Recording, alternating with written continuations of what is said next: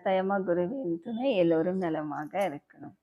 September மாதத்துல பிறந்தவங்க எதை செய்யணும்னு நினைக்கிறாங்களோ அதை செய்ய மாட்டாங்க.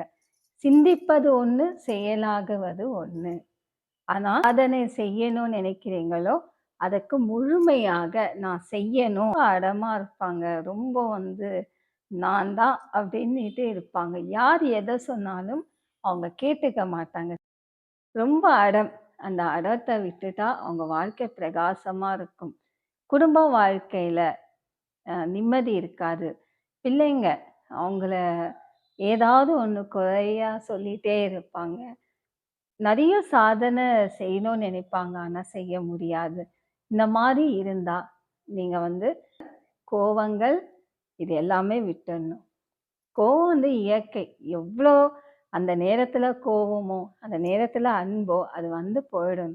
அதனால அதே நான் போட்டு மனசுல குழப்பிக் கொண்டால் அது தவறாக ஆயிடும்.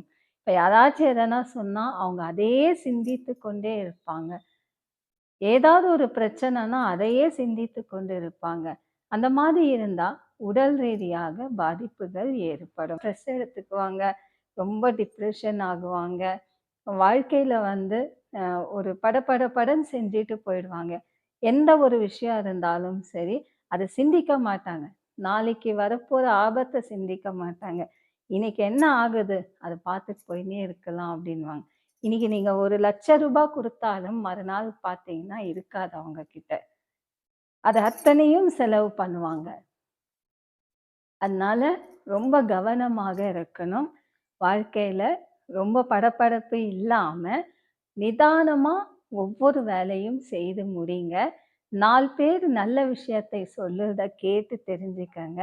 நல்ல விஷயம் இருந்தா எடுத்துக்கங்க. உங்களுக்கு அது வேண்டான்னா விட்டுடுங்க.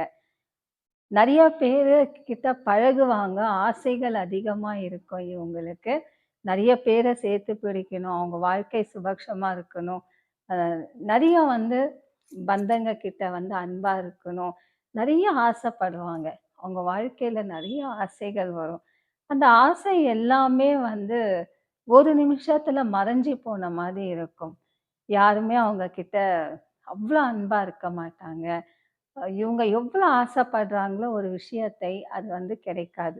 எவ்ளோ இது ஆசைப்பட்டு ஒவ்வொரு விஷயமும் செய்றாங்களோ, அந்த ஆசைப்படுற விஷயங்கள் எதுவாக இருக்கட்டும், பொருளாக இருக்கட்டும், பூமி மண்ணாக இருக்கட்டும், ஏதாவது இந்த வீடு வாங்கணும், நிலம் வாங்கணும், அ வா நெறைய கற்பனை இருக்கும். அவங்களுக்கு இப்படி இருக்கணும், அப்படி இருக்கணும்னு ஆசைக்கு அளவில்லன்ற மாரி அவங்க மனசுக்குள்ள ஆசைகள் அவ்ளோ இருக்கும். அது பிள்ளைங்க மூலமா அவங்க நிறைவேற்றிக் கொள்ளலாம்.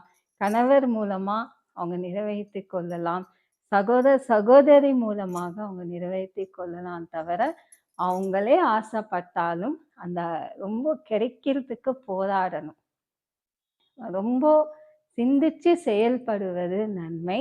அதிகமாக ஒரு திறமை இருக்கும். அது நேர்மையா நேர்மையா வெளிப்படுத்தினாலே போதும். அதுல எந்த ஏமாற்றமும் இருக்கக்கூடாது. எந்த ஏமாற்றம் இல்லாம நேர்மையாக போனால் உங்கள் வாழ்க்கை பிரகாசமா இருக்கும். அதிகாரி ஆகலாம். பெரிய பெரிய அதிகாரியாக ஆகலாம். படிப்பு விஷயத்துல அவங்க ரொம்ப நல்லா இருக்கலாம். வாய்ப்புகள் வந்தா கண்டிப்பா படிச்சு உங்களுடைய திறமையை வெளிய கொண்டு வாங்க.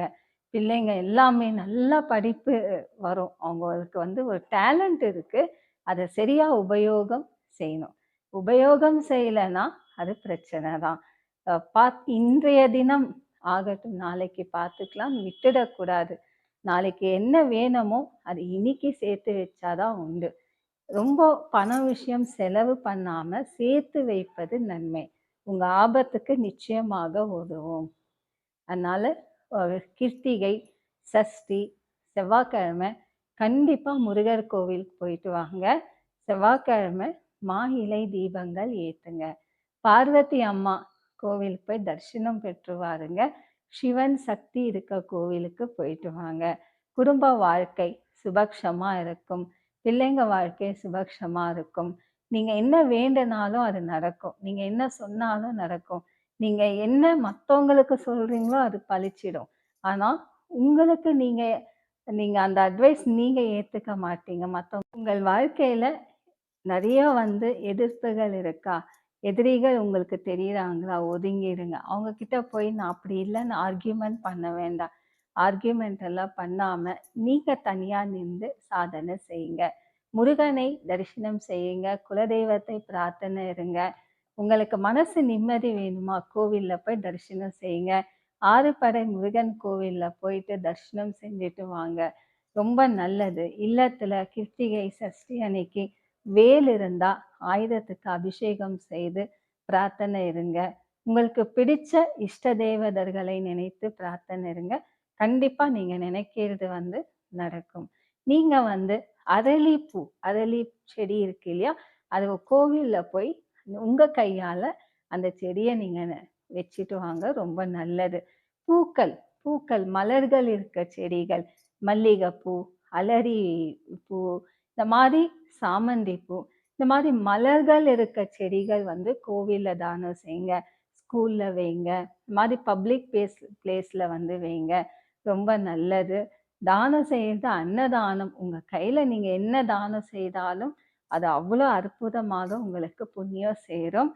கண்டிப்பா உங்களுக்கு மனசுக்கு பிடிச்ச தானங்கள் நீங்க செய்யுங்க.